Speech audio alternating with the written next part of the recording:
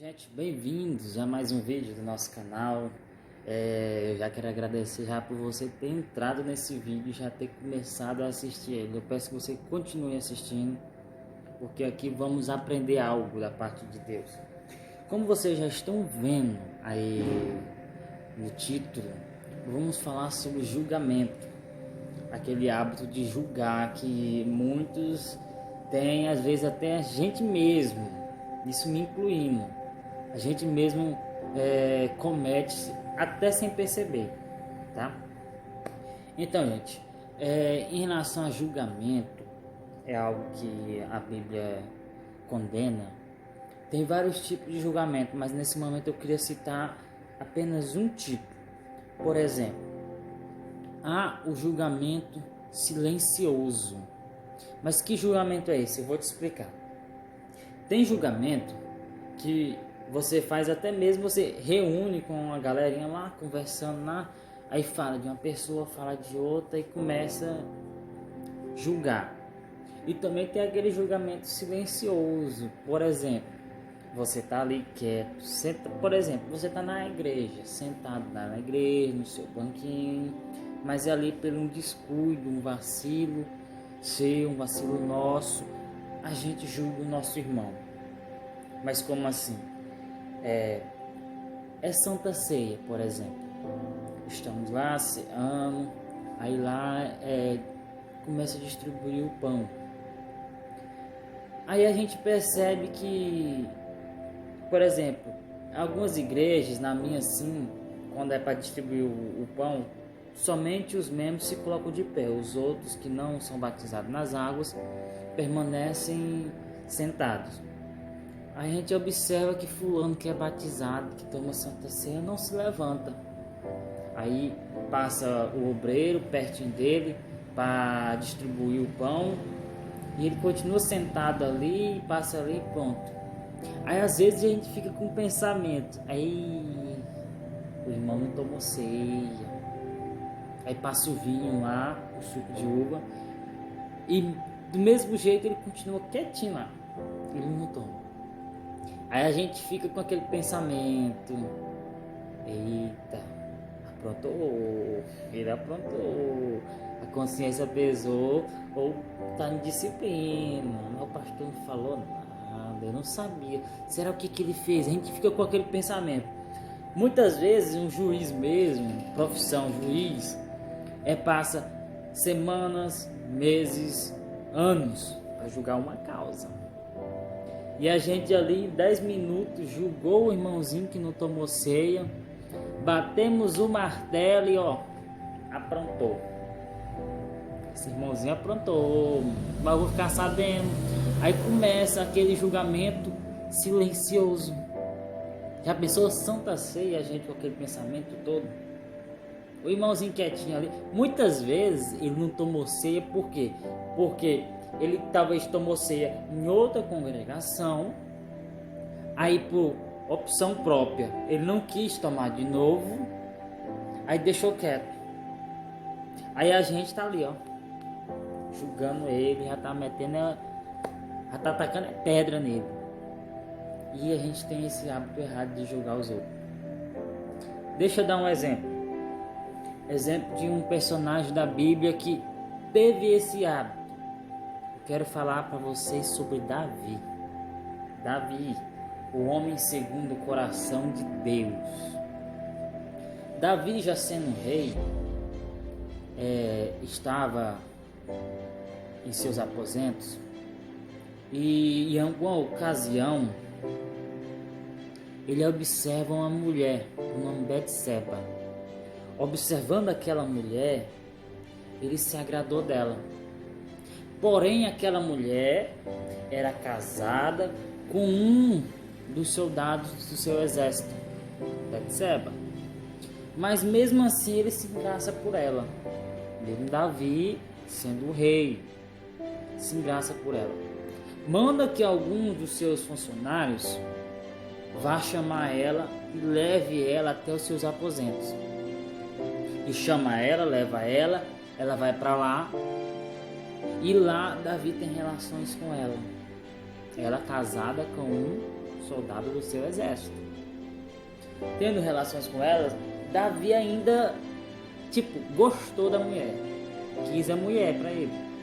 Aí ele começa a travar um plano, porque ela é casada.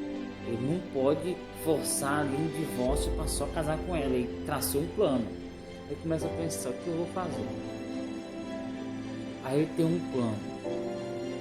Eu vou colocar ele em uma batalha, uma guerra. Vou pedir para que os meus homens de confiança coloquem ele em uma posição na guerra que ele fique bem fragilizado, para que ele venha se ferir e morra em batalha. Aí assim eu posso me casar com Betseba. Davi planejou. E o que aconteceu? Aconteceu exatamente o que ele planejou. Urias, marido de Betseba, foi para a guerra, foi ferido e foi morto. Para aí Davi conseguiu, final feliz. Pronto, Davi casou ali, vai casar com Betseba e tudo, deu tudo certo. Urias saiu do caminho de Davi. Porém, quando Davi pensava assim, papai lá do céu estava vendo tudo. Papai lá do céu estava vendo tudo. Muitas pessoas acham que quando é colocada em determinado cargo, posição, até mesmo na igreja, acha que Deus coloca ela lá e te vira. Te coloquei aí. Não é assim que funciona. Quando Deus nos coloca em um cargo, em uma posição na igreja, Ele coloca a gente lá, mas continua nos guiando, continua nos orientando. E quando a gente acha que é dono de si mesmo, que é dono de tudo ali, Deus vai lá e coloca a sua mão, para mostrar que ainda é Ele que está no controle de tudo. E foi assim que aconteceu. Davi fazendo isso tudo, planejando até um assassinato, uma morte. Deus foi até o profeta Natan, falou com ele, falando tudo o que havia acontecido, deixou ele ciente do que havia acontecido, do que Davi havia planejado e feito. Sabendo disso, o profeta vai até o rei.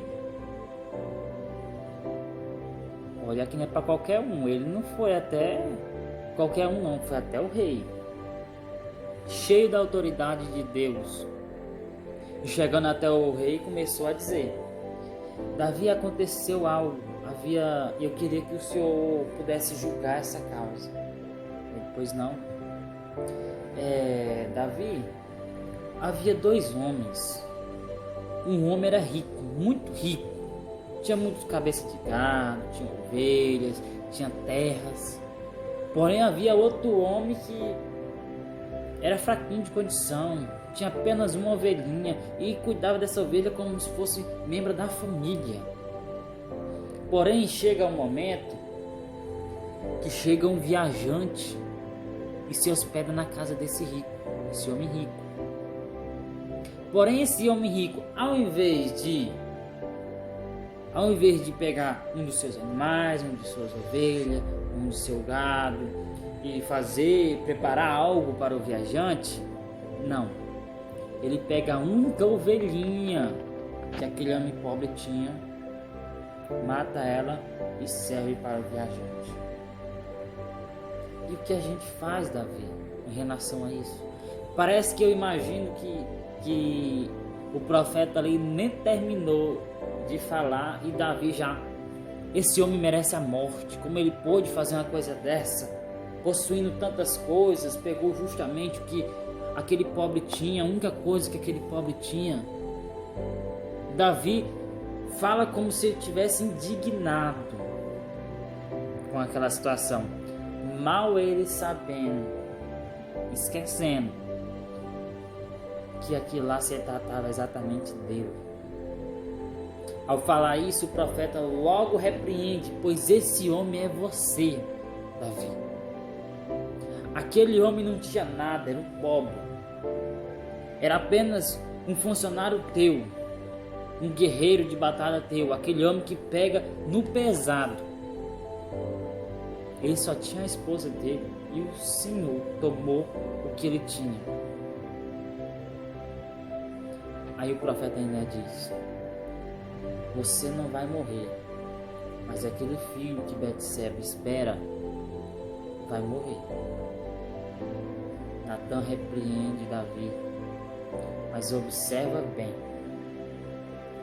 Temos o hábito de julgar os outros com tamanha facilidade e às vezes usando exemplos parecidos contra a gente acaba descobrindo o tamanho do nosso erro.